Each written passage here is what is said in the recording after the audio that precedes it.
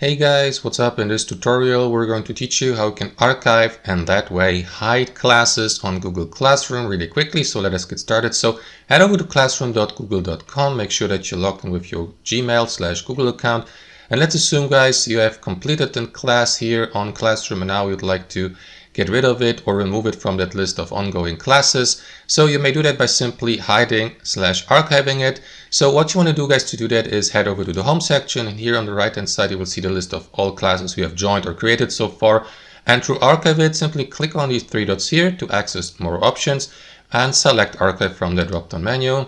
And after that, select the classes you would like to archive. So select the checkbox here to the right, click on next here, and that is going to archive the given class. As you can see, an archived class, for example, can't be modified by teachers or students anymore unless they are restored.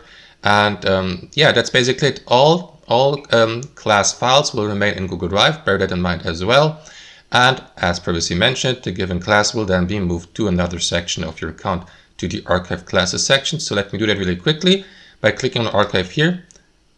And as you can see, that class has been removed and moved to the archive classes list here on the left hand side. So here you may click into it, see your past assignments, submitted homework by your students, and so on and so forth. Or click on these three dots here to restore the given class and click on that button to confirm that. And that is going to move that class back to the home section. That's basically it guys, that's how it works.